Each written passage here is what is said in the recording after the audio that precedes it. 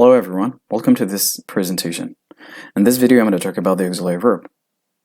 First of all, you need to know that the auxiliary verb is a highly irregular verb.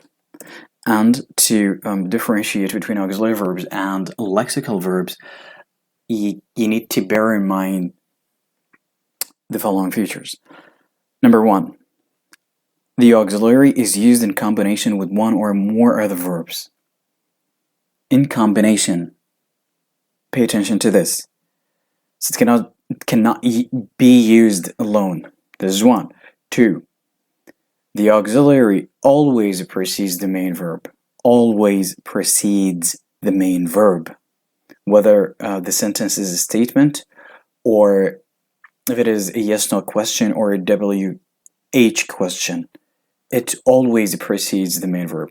Number three, the auxiliary is used to form constructions that indicate tense, aspect, voice, and mood. Now, mainly, the purpose of using auxiliary verbs in sentences, that is to indicate the tense of the verb or phrase, or the aspect of the verb or phrase, or even the voice or the mood. So that was number three.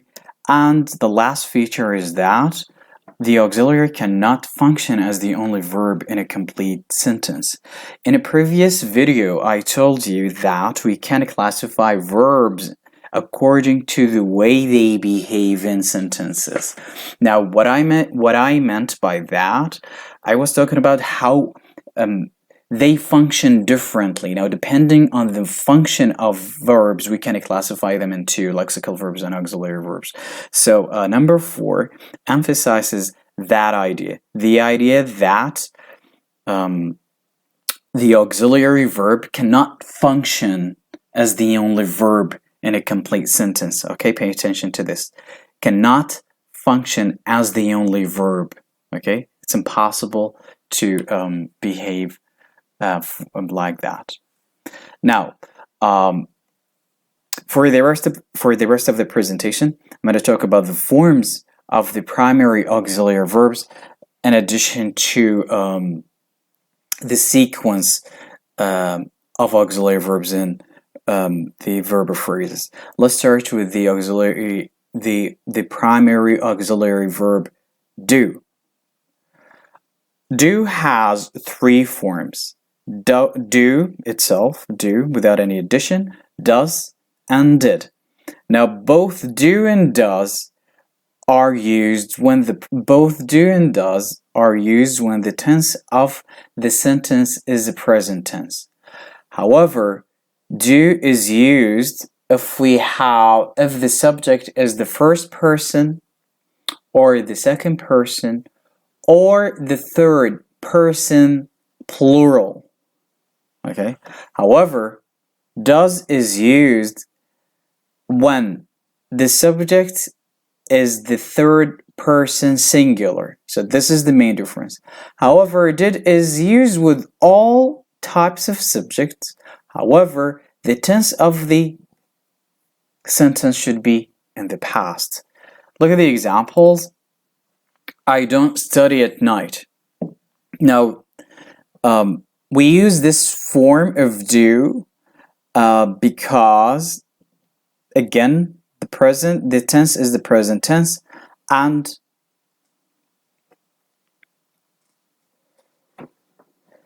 the subject is the first person subject.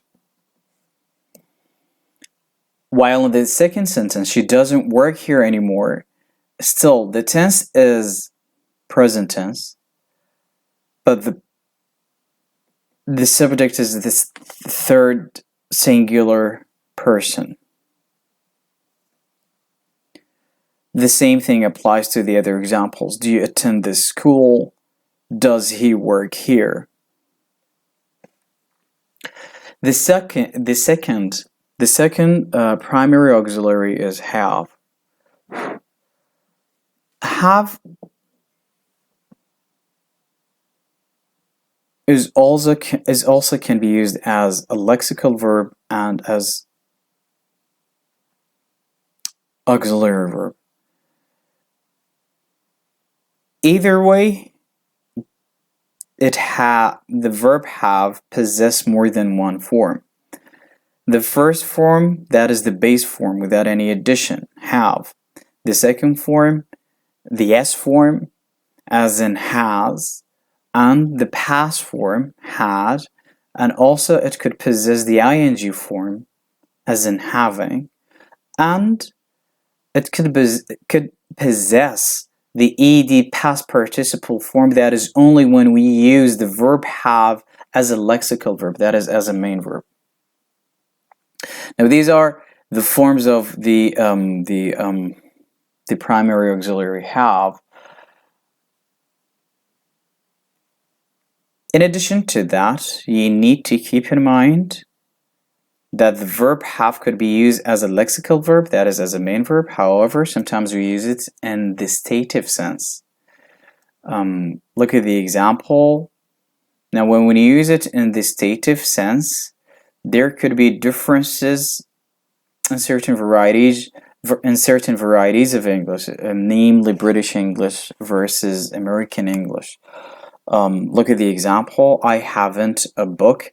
Now, have in this sentence is used as a lexical verb, that is as a main verb. However, it is being used in the stative sense.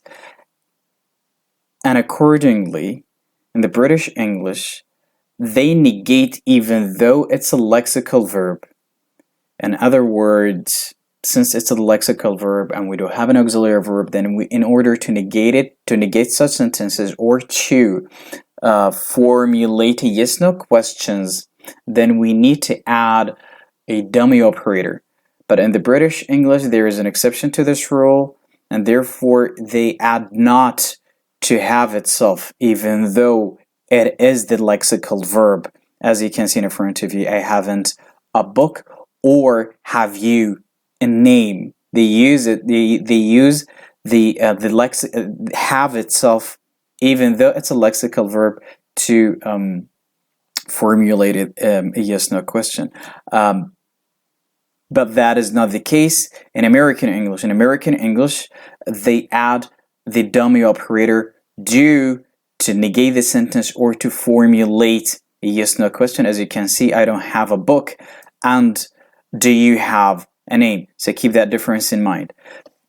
The other point is that when we use have again as a lexical verb, that is as a main verb, however, we use it in the dynamic sense. In this case, there is no difference between British English and American English.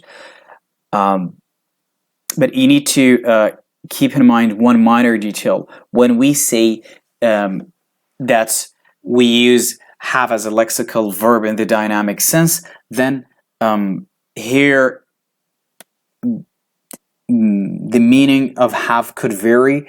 Sometimes it could be understood as receive, or to drink, or something else. Look at the examples. Does he have coffee with his breakfast? Now, here have is the lexical verb, is the main verb, and it's being used in the dynamic sense. Here, to drink coffee. Does he drink coffee with his breakfast? Okay, therefore it's dynamic. Also, did you have any difficulty getting here? In this sense, again, it's a dynamic sense. It could be understood as face or receive any difficulty getting here. Another example, I did not have a good time. And in all of these examples, again, the verb to have is being used as a lexical verb and in the dynamic sense nonetheless. And here is another example. Did you have a good time? Let's move to the verb to be. And again, as a primary auxiliary verb. Keep that in mind. Now, the verb to be is highly changeable when it comes to form. And its form depends on the tense of the sentence as well as on the number of the subject. look at the example. If we have the present tense, then we have mainly three forms of the verb to be, as you can see. And again, it depends on the subject. So if the subject is I, then the form should be am. If you, we, they, then the form is are. And if we have he, she, it, that is the third singular person, then the form will be is. However, if the tense of the sentence is the past tense, now here we have only two forms of the verb to be, mainly was and were. As you can see in front of you, if the subject is I, then the form of the verb to be in the past tense should be was, and if the subject is a third singular person as he, she, it, then also the form of the verb to be should be was. Other than that, if we have a second person or third plural person, then the form has to be were. Now, the third situation in which the verb to be could change its form when it expresses the perfect form. Okay, that is the past participle form, and in this case, the subject, the person, the number and person of the subject does not matter. It's always one form, been, and there is one extra form for the primary auxiliary verb to be. That is the progressive form. That is the ing present participle form. That is the ing form, as in being. So as I said, it has more than one form. You need to pay careful attention to which form to use when it comes to this verb.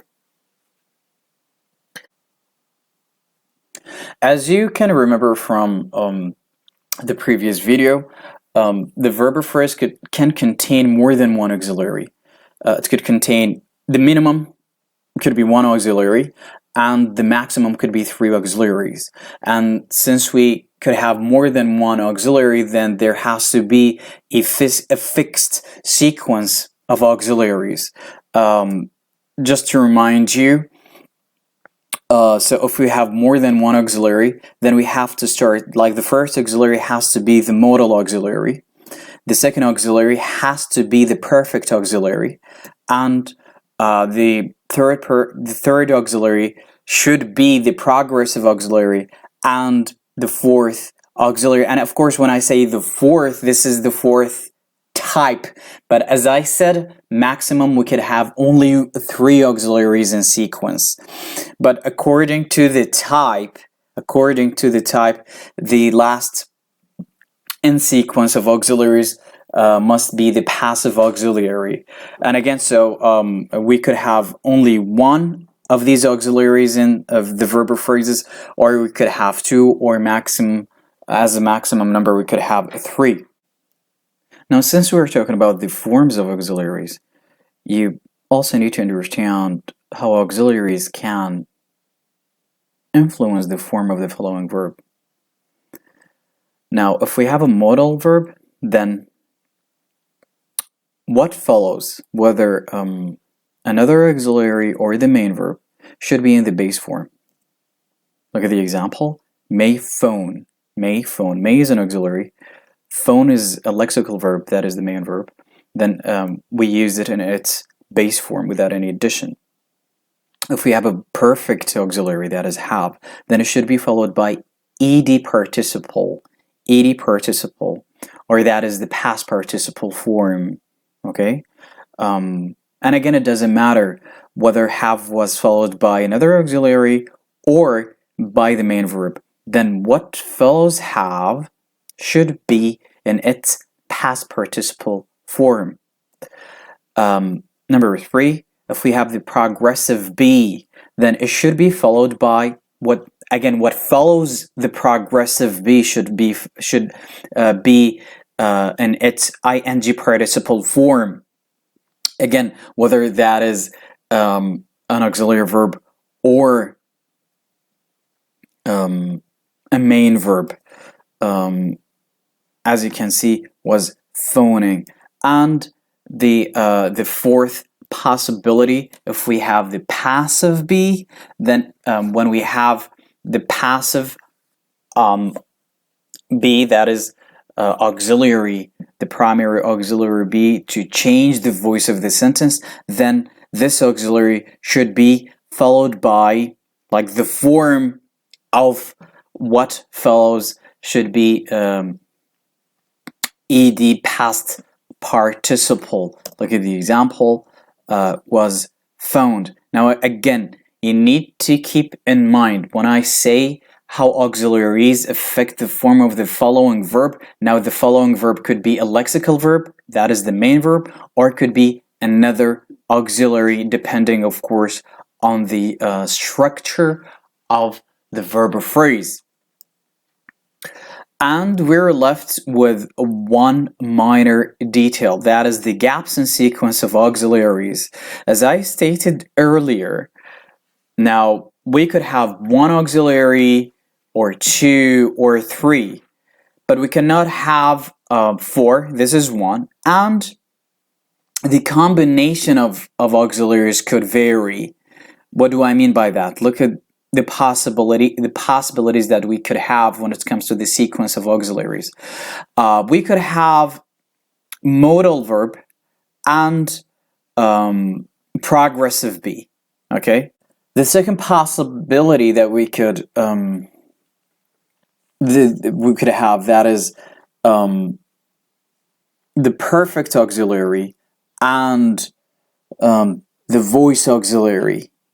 In this case, the passive auxiliary, sorry. The second possibility, we could have the perfect auxiliary and the passive auxiliary. Look at the example, has been phoned. Now has, this is a perfect auxiliary. Been, this is the passive auxiliary. And again, pay attention. Has affected what followed, and what followed affected the main verb, that is the lexical verb. The third possibility, we could have perfect auxiliary and the progressive auxiliary. Look at the example, has been phoning. And again, please pay attention how auxiliary verbs affect what follows. Okay, now has affected the verb to be, and therefore we use it in its past participle form. And the verb to be affected the lexical verb, the main verb, therefore we added an ing, we attached an ing to the lexical verb.